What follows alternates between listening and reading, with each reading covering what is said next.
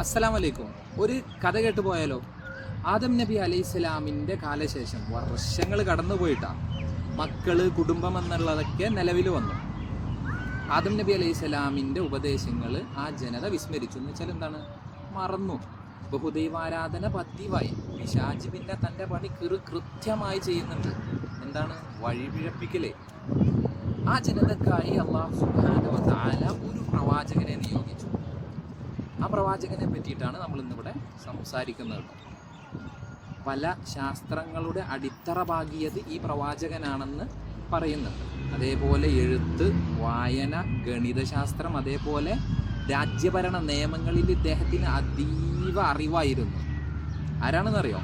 ഇദ്രീസ് നബി അലൈഹിസ്സലാം.